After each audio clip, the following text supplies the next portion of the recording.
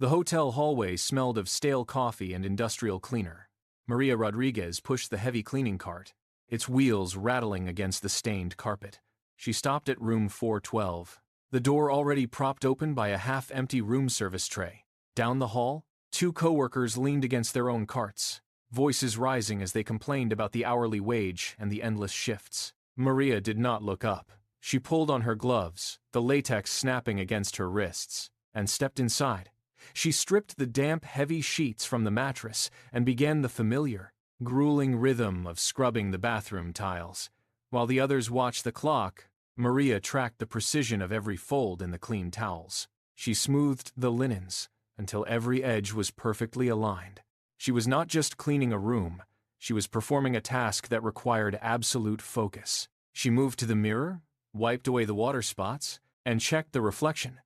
The work was repetitive, heavy, and exhausting, yet she kept the same pace, hour after hour, as if every stroke of the cloth brought her closer to a different life. The repetitive motion of the mop triggered a memory she kept closer than any tool. Her father had sat her down at a kitchen table that barely held 2 plates, his hands calloused from years of shift work. "Live below your means," he had said, tracing a line on a scrap of paper. "Save before you spend." These were not suggestions. They were the geometry of survival.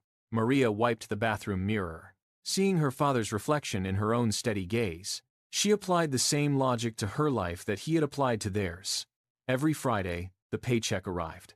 Before she bought a single loaf of bread or paid a cent toward rent, she moved a calculated percentage into a separate account. It was a ritual.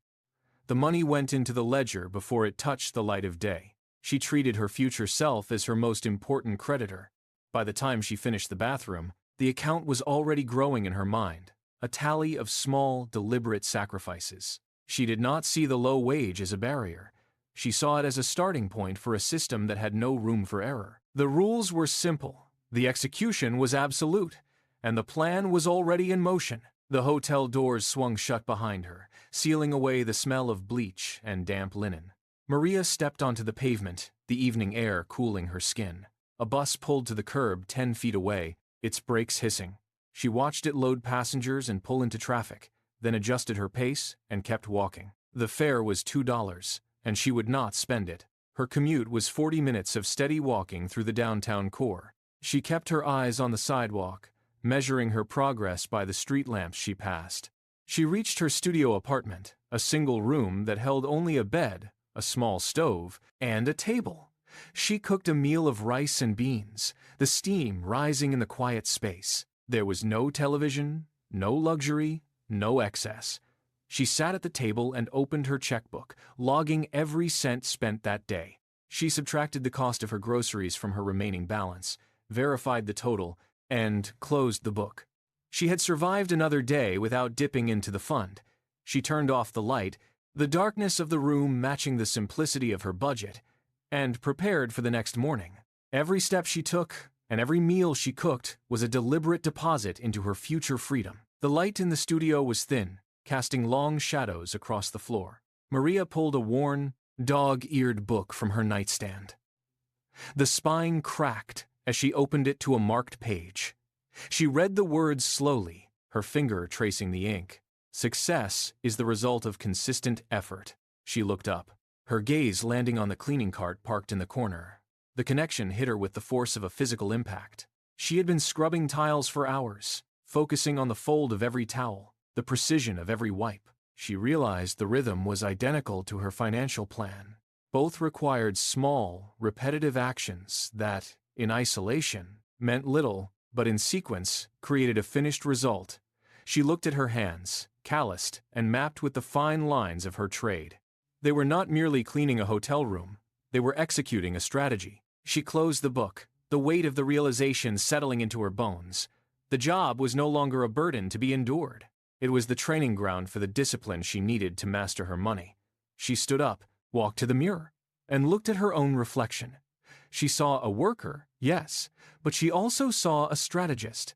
Every repetitive motion from this point forward would serve a dual purpose, a clean room and a growing foundation.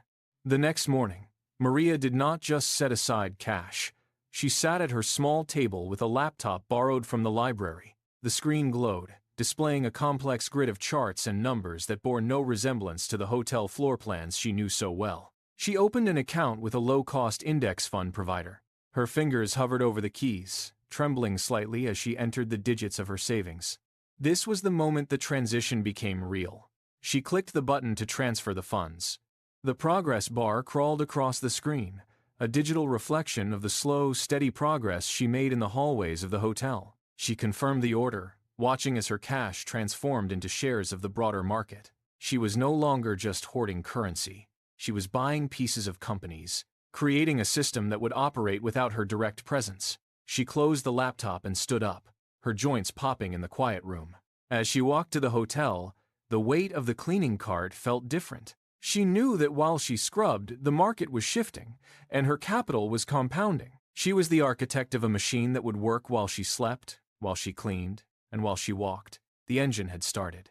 Decades passed in the sterile hallways of the hotel. Maria's routine remained locked in its steady, rhythmic cycle, but the world around her accelerated. Her coworkers arrived in gleaming new cars, the keys jingling against the break room tables. They displayed new fabrics and expensive textures, discussing interest rates on loans they barely understood. Maria listened, her own hands tucked into the pockets of her familiar, worn coat.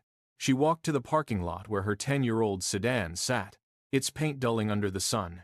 It started every time she turned the key. That was enough. She felt the eyes of her peers on her, measuring her worth by the model of her vehicle and the sheen of her coat. She did not correct them. She did not explain the ledger in her mind. When they asked why she never treated herself to an upgrade, she simply wiped the dashboard of her car with a clean cloth and drove away. The pressure to match their pace was a constant, low-frequency hum, but she muted it. Every dollar she did not spend on status was a brick in the foundation she was building. She remained the same, while everything around her changed. The news broke on a Tuesday. Red arrows dominated the television in the break room, signaling a sharp, sudden market decline. Her coworkers stared at the screens, voices rising in frantic, overlapping waves. One by one, they checked their phones, faces tight with the fear of disappearing value. Someone shouted about selling everything before it hit rock bottom. Maria stood in the corner, her hands gripping the handle of her vacuum. She felt the vibration of their panic, but she did not join the conversation. She walked to the break room wall and clicked the power button on the television, silencing the frantic reports. The room went quiet. She returned to her station, pulled out her phone, and opened her brokerage app. The numbers were sliding downward, but her finger did not hesitate. She entered a buy order. While others scrambled to pull their capital out, locking in their losses, she moved her monthly savings into the market. She bought more shares for less money. She looked at the red digits, saw only the opportunity, and confirmed the purchase. She pushed the vacuum back into the hallway. The floor needed cleaning, and the market needed time. She kept moving, her rhythm unbroken by the chaos that had paralyzed everyone else. She did not look back at the screens. The work continued, floor by floor. One afternoon, a colleague followed her into the hallway, gesturing at the worn edges of her equipment. The colleague laughed, a sharp, piercing sound against the hum of the vacuum. "You have worked here longer than any of us, Maria. Why stay in the same small studio? Why keep that old car? You have nothing to show for all these years." Maria stopped. She leaned her weight against the handle of the vacuum, the metal cool beneath her palms. She looked at her colleague, whose phone was buzzing with notifications about new credit card offers. Maria did not blink. She said, "Wealth grows while you are busy being patient." The colleague tilted her head, confusion flickering across her face, then laughed again, shaking her head as if Maria were speaking a foreign language. She walked away, leaving the hallway to the sound of the vacuum motor. Maria did not try to explain the math. She watched the colleague disappear around the corner, then turned back to the room. She was already calculating the compounding interest in her head, the numbers far more vivid than the mocking laughter. Her hands moved with renewed purpose, folding towels with the same precision she applied to her accounts. The final years moved with a different gravity. Maria sat at her small kitchen table, the light from her laptop casting a steady glow against the wall. She had done this for decades, tracking every cent, every dividend, every reinvested gain. She moved the cursor over the login button. This was not a gamble. It was the mathematical conclusion of a lifetime of small, deliberate choices. She clicked. The interface loaded, the numbers shifting into view. There it was. The total balance climbed, flickered, and settled at 7 figures. She did not jump. She did not shout. She leaned back, the plastic chair creaking under her weight, and watched the cursor blink. $1 million. The sum represented every bus fare she had skipped, every meal she had cooked, and every hour spent scrubbing tiles while others looked for shortcuts.